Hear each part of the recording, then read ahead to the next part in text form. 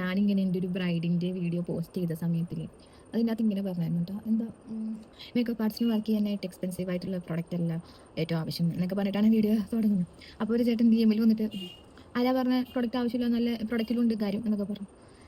ശരിക്കും പ്രൊഡക്റ്റിൽ നല്ല കാര്യമുണ്ട്, നല്ല നല്ല ബ്രാൻഡഡ് ആയിട്ടുള്ള പ്രൊഡക്റ്റ് യൂസ് ചെയ്യുമ്പോൾ അതിൻ്റെതായ ഫിനിഷിംഗ് ഒക്കെ കിട്ടാറുണ്ട്. പക്ഷേ ഞാൻ ആ വീഡിയോയിൽ അങ്ങനെ പറയാൻ കാരണം എന്താണെന്ന് വെച്ചിട്ടുണ്ടെങ്കിൽ, ആ വീഡിയോയിലുള്ള ആ ബ്രൈഡിൻ്റെ വീട് കണ്ണൂരാണ്. എൻ്റെ ബ്രൈഡിൻ്റെ ഫാമിലി അതുപോലെ അമ്മമാർ അമ്മായിമാർ ഇവരൊക്കെ കോട്ടയത്ത് വന്നിട്ടാണ് ഇവരുടെ ഫംഗ്ഷൻ നടക്കുന്നത്. അപ്പോൾ ഇത്രയും പേരും കോട്ടയത്ത് വന്ന് ഹോട്ടലെടുത്ത് സ്റ്റേ ചെയ്തിട്ടാണ് ഈ ഫംഗ്ഷൻ നടക്കുന്നത്. അപ്പോൾ ബ്രൈഡ് എന്ത് ചെയ്തെന്ന് വെച്ചിട്ടുണ്ടെങ്കിൽ, ബ്രൈഡ് ഇവർക്കുള്ള ഹോട്ടൽ വേറെ സ്ഥലം, അതായത് റിലേറ്റീവ്സിനുള്ളത് ഒരു സ്ഥലത്ത്, പിന്നെ അവിടുന്ന് 3-4 കിലോമീറ്റർ ഇപ്പുറത്ത് വേറെ സെപ്പറേറ്റ് ആയിട്ട് ഒരു അപ്പാർട്ട്മെൻറ്റ് മൊത്തം ബ്രൈഡ് എടുത്തു. അതിപ്പോൾ നമ്മൾ പറഞ്ഞിട്ടൊന്നുമല്ല, അവർ സ്വന്തമായിട്ട്. അത് എന്തിനാ എടുത്തതെന്ന് വെച്ചിട്ടുണ്ടെങ്കിൽ, നമുക്കൊരു